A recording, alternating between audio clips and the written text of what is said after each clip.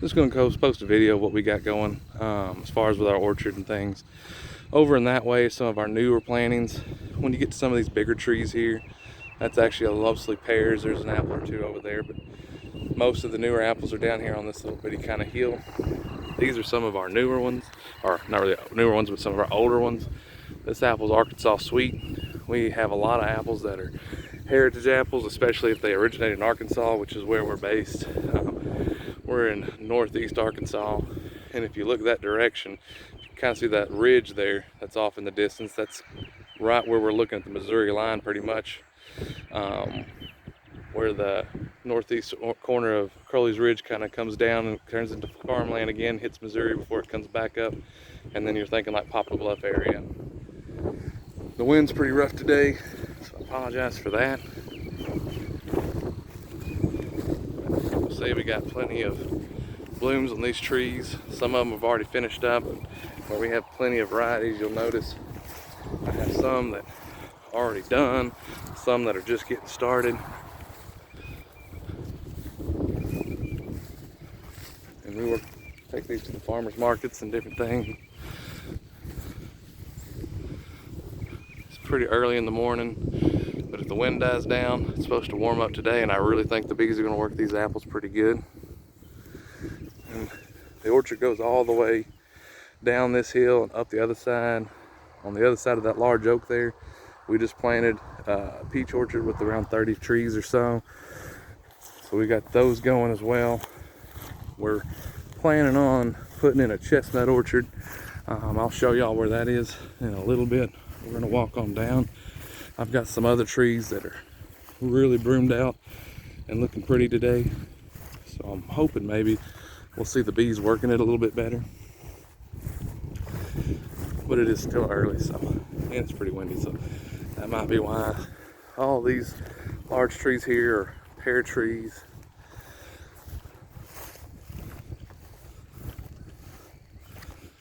These are some black locust trees that really need to come down, but they do make pretty good honey if you get it just right. So I'm going to let them bloom this year, and then once we get past the bloom, they're going to have to come down because they're kind of invading on my orchard space.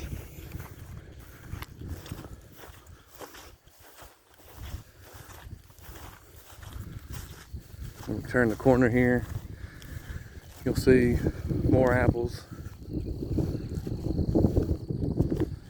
And like I said, some of these trees are really just now starting to get going, and the weather is going to warm up nice today.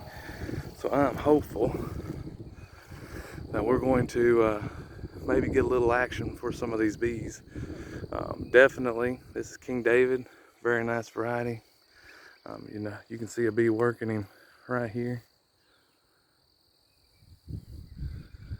Might be able to get in and zoom in on that picture. There he is. I think I scared her off.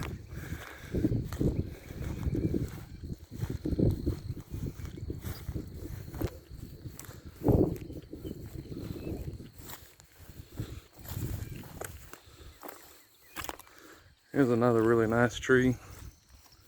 Let's give it a minute to focus here. Camera's not quite keeping up with me walking very well.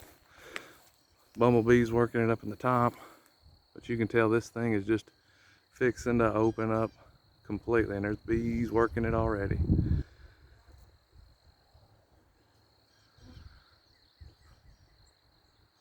And you can see the apples kind of go all the way down into the orchard there. It's another nice tree blooming. And like I said, I got some black locusts I need to clean out, but I'm gonna do that after they bloom. See if I can't get a little bit of a honey crop off of them. Don't know if anybody else plants anything like trees or anything like that, but what I've got here are Ozark chinkapins, which are supposed to be an endangered species, kind of, sort of, very similar to the American chestnut.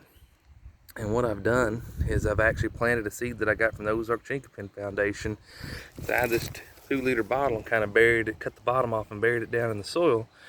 You can see the tree came up, and it works out really well because it kind of makes like a little mini greenhouse.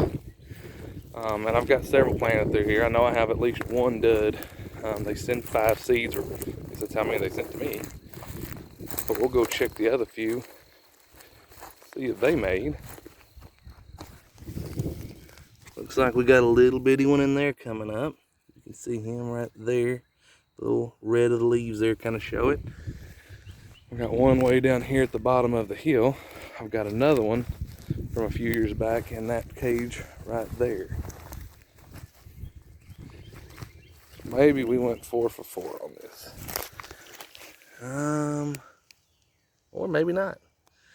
Well, we got 3 maybe. I don't see one down in there. I thought I'd show you all that. It's a pretty good way to plant, especially if you want to direct seed and not have to worry about growing it at home.